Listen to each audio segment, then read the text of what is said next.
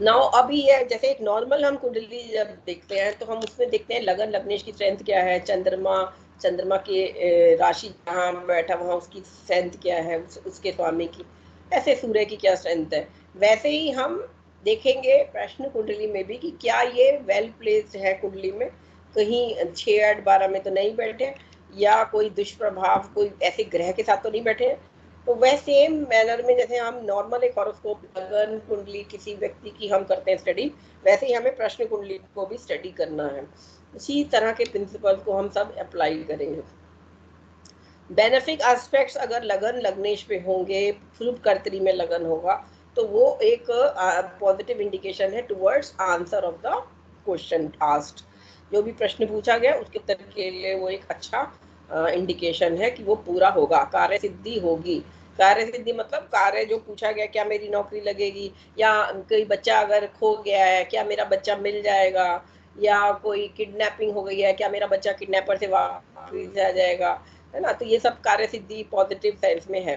केंद्र और त्रिकोण में भी अगर शुभ ग्रह बैठे होंगे तो अपने आप में केंद्र और त्रिकोण और शुभ हो जाएंगे। ये घर ऐसे हैं, विष्णु स्थान होते हैं केंद्र, त्रिकोण होते हैं लक्ष्मी स्थान, और यहाँ पे शुभ ग्रह भी बैठ गए तो ये स्ट्रेंथ दे देंगे कुंडली को।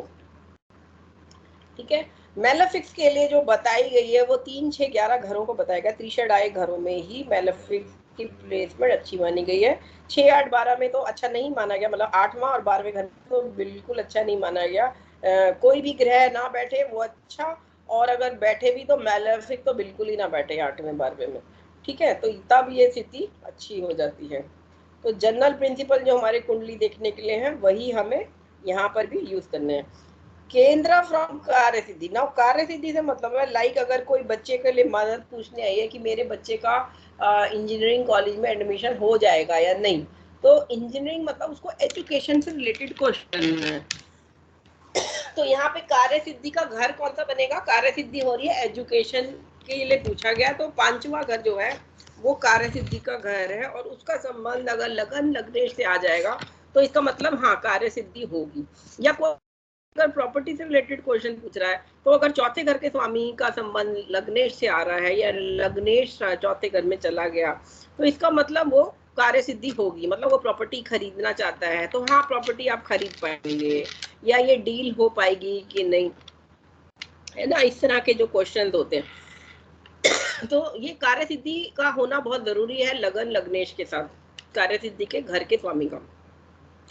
लगन अगर शुभ कर्तरी में हो यानी कि दूसरे और 12वें घर में शुभ ग्रह बैठे हो तो वो अच्छा है आपके कार्य के फलित होने के लिए। इसी तरह बेनिफिक अगर 3rd हाउस में, 11th हाउस में, 5th और 7th में होंगे तब भी अच्छे रिजल्ट्स मिलेंगे। 7th हाउस से बैठ के लगन को देखेगा शुभ ग्रह तो वो अच्छा हो जाएगा। और सारे प्लैनेट जो 11वें घर में है, 11वां घर is a best house for any planet placement, मतलब वहां बैठ के वो 11वां घर अपने आप में वैसे बुरा हो सकता है लेकिन वो बढ़ोतरी का और गेन का घर है। तो कोई भी प्लैनेट अगर 11वें में बैठ जाता है तो वो अपने आप में वो पोटेंसी दे देगा कुंडली को। ठीक है। अब बाइट साइन यानी द्विपाया जो राशियां हैं 3, 6, 7, 11 और इनमें अगर बेनिफिक्स बैठे हैं, बेनिफिक प्लैनेट इन राशियों में बैठे हैं, Gemini, Virgo, Libra and Aquarius, है ना। इन राशियों में अगर बेनिफिक प्लैनेट बैठ गए, जुपिटर, वीनस, मून, मरकरी, तो ये कार्य सिद्धि के लिए अच्छा इंडिकेशन है। तो याद रखिए बाइट साइन 3, 6, 7, 11। 9 छठे घर में अगर कोई बेनिफिक चला गया, वैसे तो ये मानते हैं कि बेनिफिक 6, 8 में जाते हैं तो it is wastage of their beneficence, क्योंकि 6, 8 में जाके वो ठीक है 6, 8 के घरों को के से रक्षा तो करेंगे व्यक्ति की, लेकिन अपनी जो उनकी क्षमता आपको विक्ट्री कुछ और दिलाने के लिए थी वहां पे ये बेकार, मतलब उसका जो बेनिफिशियंस है वो वेस्टेज मानी जाती है एक नॉर्मल कुंडली में। लेकिन प्रश्न कुंडली में छठे घर में अगर बेनिफिक आ गया तो छठा घर क्योंकि लिटिगेशन है, कोर्ट केसेस है, डेप्ट एनिमी डिजीज है, तो वहां पे यहाँ ये बेनिफिक क्या है, आपको विक्ट्री दिला रहा है अपने दुश्मनों के ऊपर, आपके एनिमीज के ऊपर, और अच्छा कॉम्बिनेशन है। ठीक है। इसके अतिरिक्त कुंडली में हम ये भी देखेंगे कि कोई प्लैनेट एक्सॉल्टेड है या मूल त्रिकोण राशि में बैठा है या फ्रेंडली साइन में है, तो ये भी कार्य सिद्धि के लिए अच्छा कॉम्बिनेशन कहलाएगा। नाउ कुंडली में ये देखना है, प्रश्न कुंडली में, कि क्या दो ग्रह जो है वो क्लोज तो नहीं, कंजंक्ट, क्लोज डिग्री तो नहीं है। लाइक मंगल 12वें घर में बैठा है 28 डिग्री का और 28 डिग्री 28 मिनट का, और राहु भी 12वें घर में ही बैठा है 28 डिग्री 50 मिनट का, तो दोनों की डिग्री सेम हो गई। ठीक है, ये अपने आप में एक जो 12वां घर है इस समय, क्योंकि दो ग्रह सेम डिग्री पे बैठ गए, तो ये बड़ा इंपॉर्टेंट कॉम्बिनेशन हो जाता है उस कुंडली के लिए।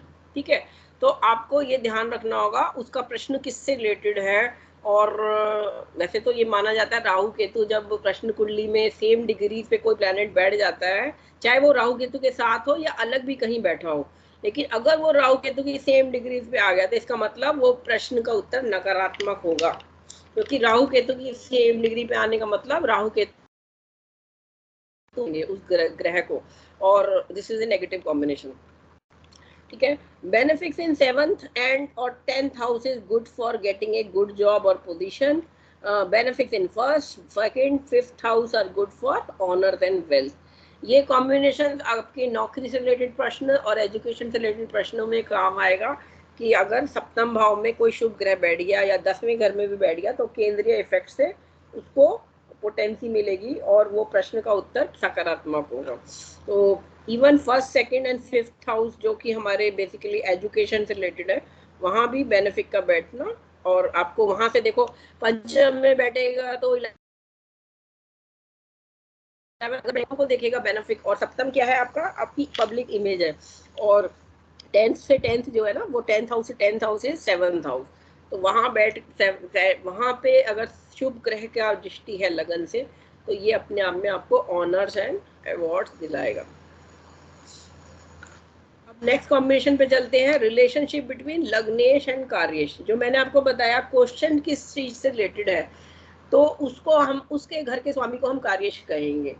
ठीक है, अगर कोई पूछ रहा है मेरी बेटी की शादी कब होगी, अब बेटी की शादी है तो सप्तम भाव शादी का है ना, तो सप्तम भाव का स्वामी जो है वो कार्येश बन जाएगा, और इसका संबंध अगर अगर लग्नेश से आ रहा है तो हाँ, शादी जल्दी ही हो जाएगी। ठीक है, तो ये दोनों आपको ध्यान रखने हैं। When any house Lord associated with another house lord, the two respective houses fructify. This relationship can be by different combination, like लग्नेश एंड कार्येश दोनों मिलके बैठ गए लगन में। ठीक है ना, सप्तमेश लगन में आ गया, लग्नेश के साथ ही, तो ये पक्का कॉम्बिनेशन है। हाँ, लड़की की शादी जल्दी हो जाएगी। ठीक है, बोथ आर पॉजिटिव इन कार्येश हाउस, लग्नेश और 7th लॉर्ड 7th हाउस में बैठ गए, तो ये भी अपने आप में है कि हाँ, हो जाएगा, शादी तो होगी। अगर चाइल्ड रिलेटेड कोई क्वेरी है कि मेरा बच्चा कब होगा, मेरा बेटा कब होगा, या मेरी बेटी का कंसेप्शन बेटी को कब होगा, तो इस केस में भी पंचम में अगर लग्नेश चला गया तो ये it is a good combination.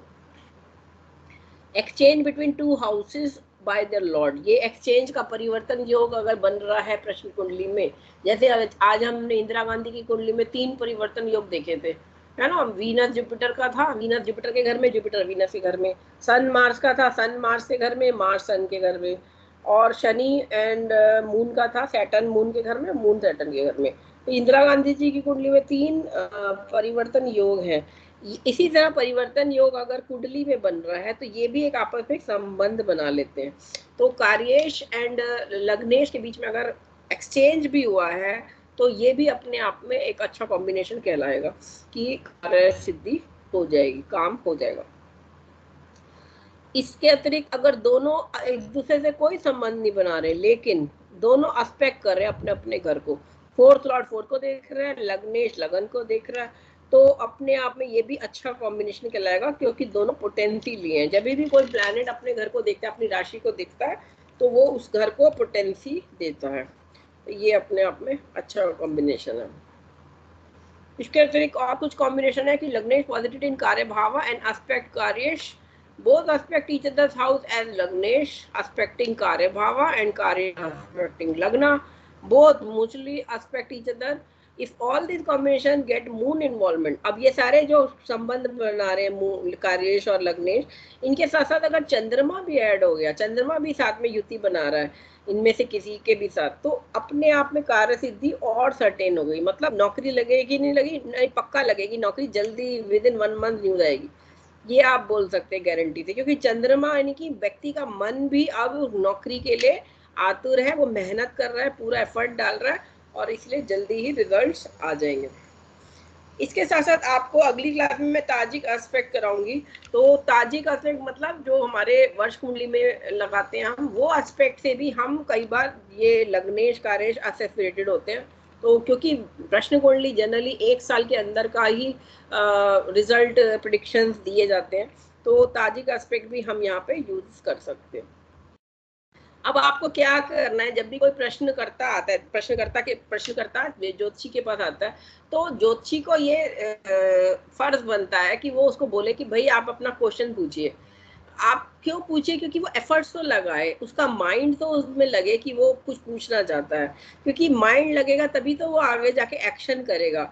अगर वो पूछना ही नहीं चाहता, इसका मतलब वो इतना लेजी है। नौकरी फादर आए हैं बेटे के साथ, बेटे की नौकरी कब लगेगी, बेटा नहीं पूछ रहा, इसका मतलब बेटा तो चाहता ही नहीं है नौकरी करना, वो तो बिजनेस करना चाहता है, इसीलिए वो पूछना नहीं चाहता। तो कोशिश कीजिए कि उसको इन्फ्लुएंस करके कि भाई आप क्वेश्चन पूछिए, तभी मैं आपको आपके प्रश्न का उत्तर दे पाऊंगा प्रश्न ज्योतिष से। क्योंकि उसके अंदर वो डिजायर होनी चाहिए उस काम को करने की, अंदर एक इच्छा शक्ति होगी, तभी वो उस तरफ बढ़ेगा। तो कोशिश करना हमेशा क्वेश्चन एग्जैक्ट लीजिएगा, क्योंकि किस तरीके से कोई प्रश्न पूछ रहा है ये भी बहुत मैटर करता है।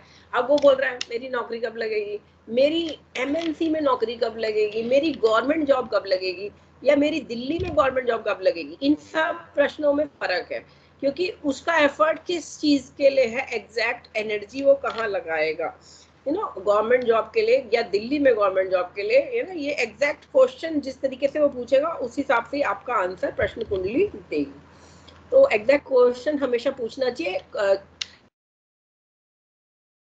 का आंसर भी जनरल ही होगा। अब वो बोलेगा मेरा भविष्य कैसा रहेगा, ये क्वेश्चन अपने आप में एक बड़ा जनरल क्वेश्चन है। अरे भविष्य में तो अच्छा भी होगा बुरा भी होगा, तो हम यही बोलेंगे आंसर। ज्योतिषी क्या बोलेगा, हाँ आपका भविष्य अच्छा भी रहेगा, थोड़ा गड़बड़ भी रहेगा।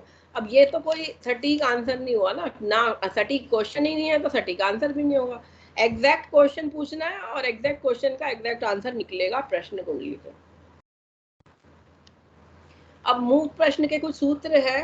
क्या सूत्र है, कैसे हम पता लगा सकते हैं कि व्यक्ति किस बारे में पूछना चाहता है, ये आप नोट कर लीजिएगा याद रखने के लिए कि इफ ऑड लगन हो प्रश्न कुंडली में, अगर ऑड राशि उदय हो रही है पूरब दिशा में और ऑड लगन बन गया, और D9 का जो लगन, D9 में मतलब 9 नवांशी होंगे ना, एक से लेके 9 नवांशी होंगे, तो अगर वो पहला चौथा या 7वां नवांश में है, D1 कुंडली में ऑड राशि है और नवांश में पहला चौथा 7वां नवांश है, तो वो प्रश्न धन से रिलेटेड है। अगर ऑड साइन है लगन कुंडली प्रश्न कुंडली में और नवांश उसका है दूसरा 5वां या 8वां, तो मूल से रिलेटेड प्रश्न है, बृहस्पति जगत से रिलेटेड प्रश्न है। मेरी खेती कैसे रहेगी, मेरे एग्रीकल्चर में कितनी ग्रोथ होगी, कितना पैसा मैं कितना क्या 1 करोड़ मैं अपनी खेती से इस साल कमा लूंगा, है ना, इस तरह के क्वेश्चन। अगर तीसरा छठा नवा नवांश हो प्रश्न कुंडली में, तो जीव रिलेटेड प्रश्न होगा, लाइफ या डेथ से रिलेटेड प्रश्न होगा। क्या मेरी बेटी बीमारी से सरवाइव करके कोविड से वापस आ जाएगी हॉस्पिटल से घर, क्या वो जल्दी ही नौकरी मिल जाएगी उसे, क्या उसकी शादी हो जाएगी, क्या उसको एडमिशन मिल जाएगा MBA में, ऐसे जो भी है वो किसी व्यक्ति से रिलेटेड प्रश्न होगा अगर तीसरा छठा नवा नवांश होगा विद ऑड लगना राइजिंग इन प्रश्न कुंडली। इसका जस्ट ऑपोजिट आप कर दीजिए, अगर इवन साइन लगना हो आपके प्रश्न कुंडली में और लगन अगर आपका नवांश है पहला चौथा 7वां, तो जीव रिलेटेड प्रश्न, दूसरा 5वां 8वां तो भी मूल ही है, तो दूसरा 5वां 8वां कॉमन है दोनों में। और अगर तीसरा छठा 9वां प्रश्न है तो धन रिलेटेड प्रश्न होगा। मूक प्रश्न का ये प्रिंसिपल है, इसको भी आप यूटिलाइज कर सकते हैं। कई बार प्रश्न पूछने आया है वो, आपने उससे पहले ही ये देख लिया और उसके बाद उसने प्रश्न पूछा, तो आप देखेंगे एग्जैक्टली दोनों चीजें टैली हो जाएगी। तो ये यूज कर सकते हैं आप इस प्रिंसिपल को भी, ठीक है। अब बात करते हैं कि कुंडली में राशियां, आपको राशि के सिग्निफिकेशन इसीलिए बड़े अच्छे से पढ़ाए गए थे क्योंकि इसका प्रश्न ज्योतिष में बड़ा यूटिलाइजेशन होता है राशि के सिग्निफिकेशन का। अगर इवन राशि है तो इवन राशि को बेनिफिक साइन माना गया है, और इवन राशियों को नाइट में वो स्ट्रांग होती है। नॉक्चुरल साइंस भी हम इन्हें कह देते हैं। नॉक्चुरल साइन में जनरली कई बार धनु राशि और साथ में जेमिनी राशि को भी ले लेते हैं, तो कुछ लोग इनको नॉक्चुरल साइंस में ऐड करते हैं, तो इसलिए मैंने इधर ऐड कर दिया है। और साइन जो है मेल साइन कहलाते हैं, मेलेफिक साइन कहलाते हैं, और डे टाइम में इनको स्ट्रॉन्ग माना गया है। तो कई बार होता है ना, चोरी हो गई घर में, अब वो पूछ रहे हैं चोरी कब हुई, क्वेश्चन है। तो आपको बताना है ना चोरी रात को हुई या दिन में हुई, तो आपको पता होना चाहिए कि कौन सी राशि दिन को दिखा रही है, कौन सी राशि रात को दिखा रही है। तो डायगोनल साइन और नॉक्चुरल साइंस आपको ये याद रखने हैं। डायगोनल साइन है 5, 6, 7, 8, 11, 12 एंड 1, 9, 10, 2, 3, 4 हमारे नॉक्चुरल साइंस है। इसका यूटिलाइजेशन भी प्रश्न कुंडली में होगा। नाउ अगर वीक लगना हो और लग्नेश और चंद्रमा भी वीक हो तो अपने आप में ये कार्य सिद्धि के लिए अच्छा नहीं है, ठीक है। ये ऐसे लिखा गया, ये स्पेलिंग गलत हो गई, ठीक है। आपको बस ध्यान रखना है आपका लगना चंद्र लगन लग्नेश तो स्ट्रांग होना चाहिए कार्य सिद्धि के लिए। अगर लग्न और 6, 8, 12 में चला गया अपने आप में, आज मैंने सुबह अरिष्ट योग पढ़ाया था तो उसमें यही बात हम कर रहे थे कि 6, 8, 12 घर में चंद्रमा का जाना या लग्नेश का जाना अपने आप में फेलियर या बैड हेल्थ या अरिष्ट का कारक है, तो वो काम उसका नहीं होगा। प्रश्न के लिए भी अरिष्ट बन जाएगा ये और बैड हो जाएगा कार्य सिद्धि के लिए, ठीक है। Now sine depositor of lagna Lord, यानी कि लग्ना लॉर्ड जिस घर में गया है, जिस राशि में, उस घर का स्वामी जो है, ठीक है। Sign depositor of lagna lord on और moon posited in houses 6, 8, 12 indicates failure. Lagna lord के डिस्पोजिटर का भी 6, 8, 12 में जाना नेगेटिव कहलाएगा प्रश्न सिद्धि के लिए, प्रश्न की कार्य सिद्धि के लिए। 8वां और 12वां घर में कोई भी मैलेफिक एस्पेक्ट नहीं होना चाहिए। जनरली 8वां 12 खाली होना चाहिए घर, तभी आपका प्रश्न का उत्तर पॉजिटिव होगा, अदरवाइज ये नेगेटिव हो जाएगा। नाउ मैलेफिक एस्पेक्टिंग लग्ना और in lagna gives good fighting spirit to win case. तो ये तो मैंने आपको पहले बता दिया, शुभ ग्रह अगर लगन में होगा तो वैसे अच्छा है, लेकिन सिर्फ वॉर रिलेटेड क्वेश्चन में मैलेफिक का लग्ना में होना अच्छा है। Malefics in केंद्र त्रिकोणा from लग्ना और कार्य सिद्धि house indicate troubles and struggle in signification of that house, ठीक है। तो ये भी थोड़ा देखना है मैलेफिक की प्लेसमेंट कहाँ पे है। पापकर्त्री लगना होगा या लग्नेश हैम्ड है बिटवीन, एक तो है लगन पापकर्त्री में, एक है लग्नेश भी पापकर्त्री में बैठा हुआ, या वो मैलेफिक के साथ कंजॉइंड है, तो वो भी अपने आप में अच्छा नहीं है। क्योंकि लगन तो सबसे इम्पोर्टेंट है, सारे ग्रह इम्पोर्टेंट है, लेकिन लगन अपने आप में बड़ा इम्पोर्टेंट है क्योंकि वो आपके उस प्रश्न का जन्म हो रहा है उस लगन में।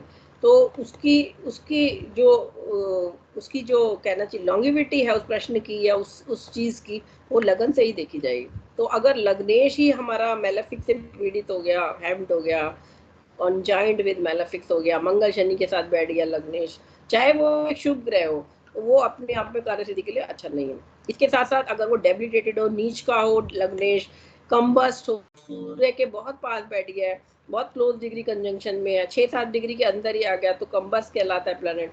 इनिमिकल प्लैनेट के साथ बैठ गया, जैसे शनि के लिए सूर्य एनिमिकल है, तो शनि और सूर्य की युति कुंडली में हो रही है, शनि लग्नेश है, कुंभ लगन का प्रश्न बन गया और शनि और सूर्य की युति हो रही है, तो वो तो अपने आप में प्रश्न के उत्तर के लिए नेगेटिव हो जाएगा, ठीक है। नाउ कई बार हम लोग ग्रह युद्ध देखते हैं कुंडली में। ग्रह युद्ध कैसे देखते हैं? Planet defeated in war when within 1 degree closer to each other, lesser degree planet wins. मतलब दो प्लैनेट जब दोनों एक साथ एक राशि में बैठ जाते हैं, अगर मान लो एक है शुक्र बैठा 28 डिग्री का और साथ में बुध बैठा है 27 डिग्री का, मतलब जो डिग्री जिसकी कम होगी वो वाला प्लैनेट इस ग्रह युद्ध में जीतेगा। तो बुध क्योंकि 27 का है, शुक्र 28 डिग्री का है, तो इन दोनों के ग्रह युद्ध अगर होता है, मतलब जब भी दो कंजॉइंट होते हैं, तब जो लेसर डिग्री का जो सिग्निफिकेशन है वो डोमिनेट करेगा हायर डिग्री वाले प्लैनेट के सिग्निफिकेशन पे, और इसको माना जाएगा कि ग्रह युद्ध में बुध जीत गया। तो आपको कई बार कुंडली में कई सारे प्लैनेट एक साथ बैठ जाते हैं और क्लोज डिग्री, लेकिन ये ग्रह युद्ध हमेशा तब देखा जाता है जब 1 डिग्री के अंदर दो प्लैनेट कंजॉइंट हैं। ठीक है, तो ये ग्रह युद्ध का प्रिंसिपल याद रखिएगा। मैलेफिक्स एस्पेक्टिंग लग्ना और in lagna gives good fighting spirit. Basically malefic को सिर्फ लग्ना में तभी अच्छा माना गया जब कोई केस लड़ना, लड़ाई करनी हो, क्योंकि वो फाइटिंग स्पिरिट दे देते हैं। तो हमारा ये आज के मैंने काफी सारे प्रिंसिपल, बेसिक प्रिंसिपल्स आपको बताए हैं, तो इनको आप याद रखने की कोशिश करिएगा। और मेरे हिसाब से प्रश्न कुंडली के कम से कम 3 या 4 क्लासेस हो जाएंगी, उसके बाद प्रश्न लगाना हम शुरू करेंगे, क्योंकि प्रश्न सीधा नहीं तो आप लोग बहुत जल्दी जंप करेंगे। अभी बड़े सारे और रूल्स हैं, प्रश्न में कौन सा टाइम लेना है ये भी हमें देखना है।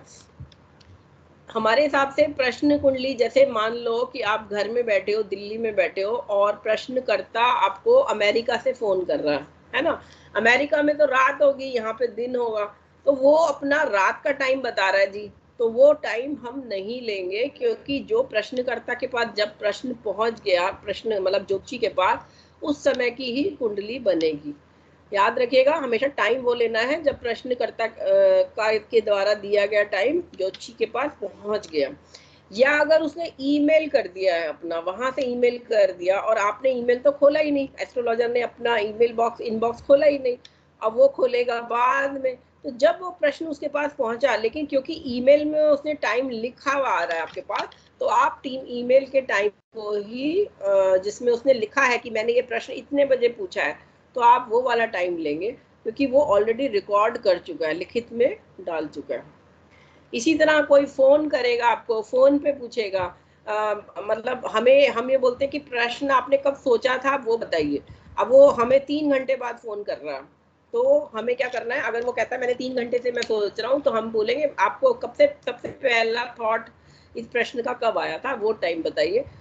उसकी ही कुंडली बताएंगे ज्योतिषी को, वो बताएगा और फिर ज्योतिषी उसकी कुंडली बनाएगा। तो प्रश्न इसलिए थोड़ा सा ध्यान रखना पड़ता है कि किस वक्त का प्रश्न है, उसकी डेट टाइम को बड़ा ध्यान से आपको रिकॉर्ड करना है, और प्लेस को भी डेफिनेटली, क्योंकि उनके साथ ही तीनों से वो कुंडली बनेगी। अब किसी को कोई प्रश्न अभी तक के उसमें पूछना है रिलेटेड टू एनी कॉन्सेप्ट जो आज हमने डिस्कस करे, सूत्र? यस मैम, एक अभी हेलो, हाँ बोलिए अंकित। अभी आपने जो फोन का कौन बोल बताया, रहा है? अंकित अंकित की बात हाँ करें, तो हाँ सर बोलिए। वो प्रश्न पूछ रहा है, तो फोन जिस टाइम फोन किया है तभी का टाइम लेना चाहिए ना हमें? नहीं, वो अगर वो कह रहा है कि मैं 3 घंटे से सोच रहा था, तब तो वो उसका प्रश्न का जन्म हो चुका है। बेसिकली हमें ये होता है कि कुंडली वो बननी है जब वो प्रश्न का जन्म प्रश्नकर्ता के दिमाग में हुआ। हाँ ये जरूर है, क्योंकि वो अगर वो उसी समय पूछ रहा है, वो ये नहीं बता रहा कि मैंने पहले से सोचा हुआ था, तो हम वही का अभी का प्रश्न लेंगे जब ज्योतिषी के पास पहुंचेगा।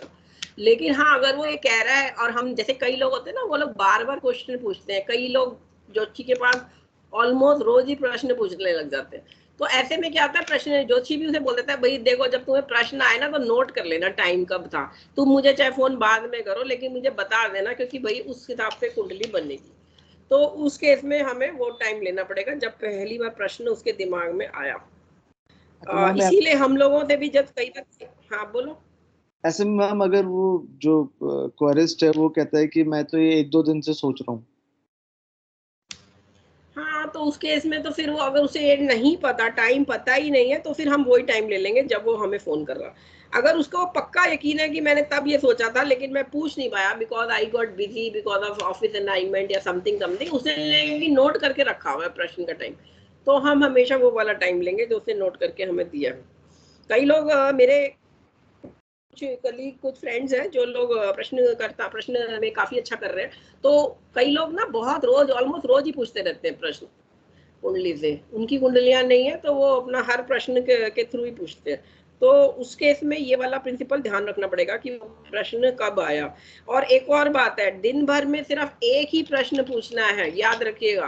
कभी भी एक ही व्यक्ति को ज्यादा प्रश्न नहीं लगाने, या सारा दिन प्रश्न कुंडलियां ही देख रहे हैं बैठ के। प्रश्न जब आप सीखोगे ज्योतिष तो मन बड़ा करेगा कि इस प्रश्न का बना लूं, इसका आंसर देखूं क्या है। लेकिन ये वैसे तो मतलब एक दिन में एक ही प्रश्न को अगर आप देखेंगे तो अच्छा है। बाकी जो प्रोफेशनल एस्ट्रोलॉजर है वहां पे तो डिफरेंट लोग आते हैं, तो एक व्यक्ति एक ही प्रश्न पूछ रहा है, फिर दूसरा व्यक्ति अपना प्रश्न पूछ रहा है, तो वो अलग अलग एज ए प्रोफेशनल ड्यूटी देखेगा। अदरवाइज एक एज एन लर्नर जो है, आप एक दिन में सिर्फ एक ही प्रश्न कुंडली का एनालिसिस करेंगे, फॉर लर्निंग मैं बता रही हूँ। नहीं तो आप कंफ्यूज हो जाएंगे और आप अल्टीमेटली लैंड करेंगे जीरो पे, कुछ भी नहीं समझ में आएगा। ठीक है, तो ये थोड़ा याद रखिएगा। इवन राव सर ने तो हमें शुरू में ही बोल दिया था कि ज्यादा प्रश्न ज्योतिष में नहीं घुसो, क्योंकि फिर आपका जो अपना ज्योतिष है वो ज्यादा ग्रोथ नहीं हो पाती है। तो पहले इसीलिए हम लोग पराशरी पहले पढ़ाते हैं और बाकी सारे सब्जेक्ट्स पढ़ाते हैं, चर पढ़ाते हैं, योग नहीं पढ़ाते हैं। प्रश्न ज्योतिष को हम बाद में ही करते हैं।